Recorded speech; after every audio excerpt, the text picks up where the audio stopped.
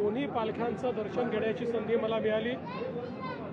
ज्ञानेश्वर माऊली आणि जगद्गुरू तुकाराम महाराज यांचा आशीर्वाद आज प्राप्त केलेला आहे आणि मला आनंद आहे की यावेळी विशेषतः ज्ञानेश्वर माऊलींची पालखी ज्या ठिकाणी असते तिथे खूप अडचणी होत्या, त्या अडचणी महानगरपालिकेने दूर केल्या आणि चांगल्या पद्धतीनं तिथे विस्तार करण्यात आला आणि पुढच्या वर्षी अजून चांगली व्यवस्था त्या ठिकाणी होईल असं लक्षात येत आहे।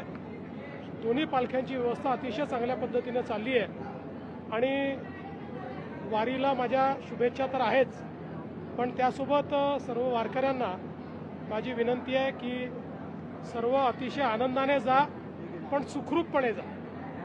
अतिशय सुखरूप अशा प्रकारे ही वारी पूर्ण व्हावी हीच विठुरायाच्या चरणी प्रार्थना। मुख्यमंत्री आहात, प्रार्थना केली, वारीमध्ये सहभागी होत आहे। मुख्यमंत्री झाल्यापासून तुम्ही किती व्यस्त असलात तरी ज्ञानेश्वर महाराज तुकाराम महाराजांच्या दर्शनासाठी येतात, काय अनुभव आहे वारीचा? मला असं वाटतं की अतिशय सुंदर अनुभूती ही असते आणि आपल्या महाराष्ट्राची ही एक अशी परंपरा आहे की ज्यामुळे एक असीमित अशा प्रकारची ऊर्जा आपल्याला प्राप्त होते आणि म्हणून इथे काही न मागता मिळतं अशा प्रकारची वारी आहे।